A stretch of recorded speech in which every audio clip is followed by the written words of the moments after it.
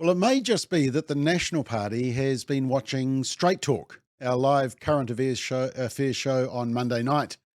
That's because we stated a very obvious solution to a problem. And next minute, it was National Party policy. Let's check it out.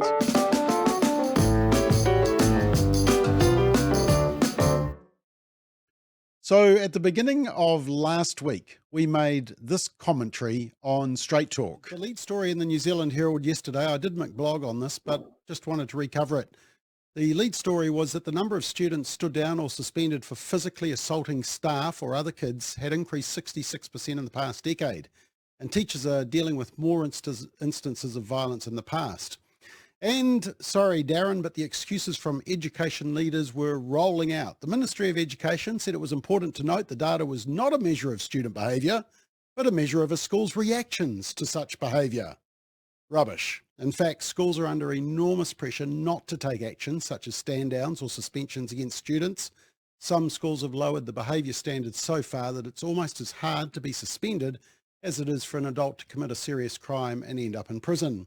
The PPTA president said social media had a significant part to play because it encouraged violent behaviour and incentivised young people to share violent content. Well, there's a really simple solution, team.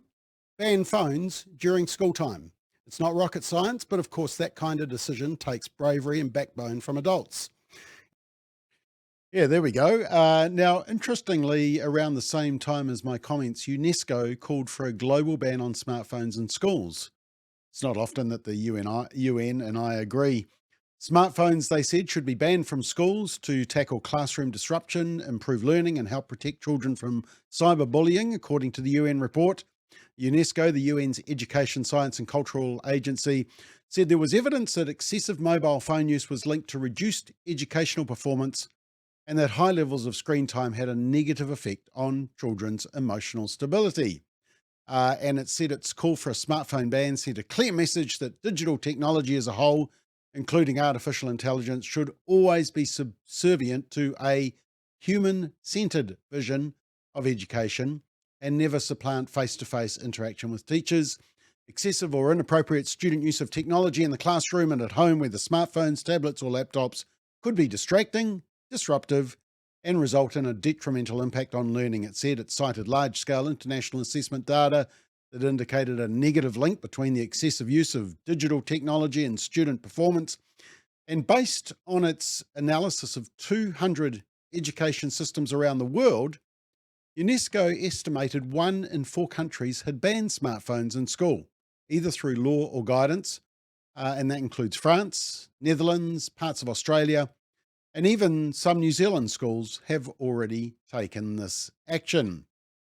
Well, it seems that National has been watching Straight Talk, and today National has confirmed its plans to ban cell phone use at all schools to help fix the declining rate of achievement in New Zealand if they're elected in October. Party leader Christopher Luxon, according to the media, made the announcement today saying many schools overseas have implemented a similar ban and seen positive results from the initiative.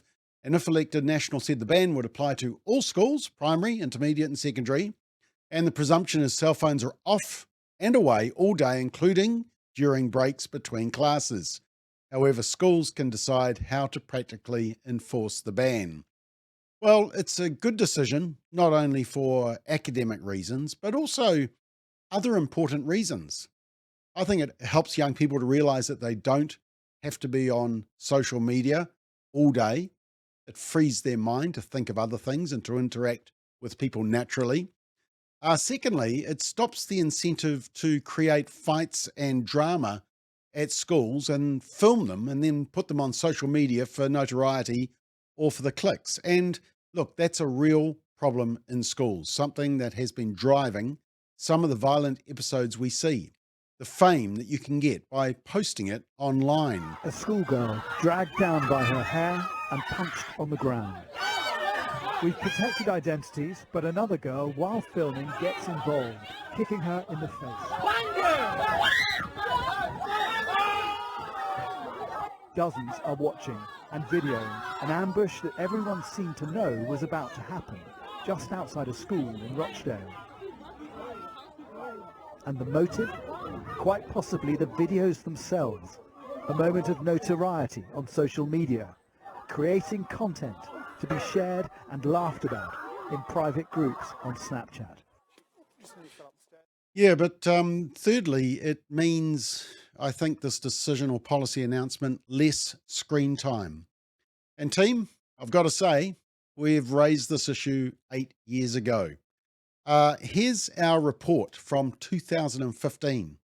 We Need to Talk, Screen Time in New Zealand, Media Use, an Emerging Factor in Child and Adolescent Health. We published it. It was by biologist, psychologist from the UK, Dr. Arik Sigman, who spoke at our forum, and said that although screen technology may be a beneficial aspect of modern life, there is growing concern from health and development experts about the disproportionate use in many families' lives, particularly the young in New Zealand. And Dr. Sigman, the author, said, parents, children and teachers remain unaware of the medical and developmental risks and the position of medical bodies on discretionary screen time. And the majority of children and adolescents in New Zealand, including toddlers, continue to significantly exceed medical guidelines.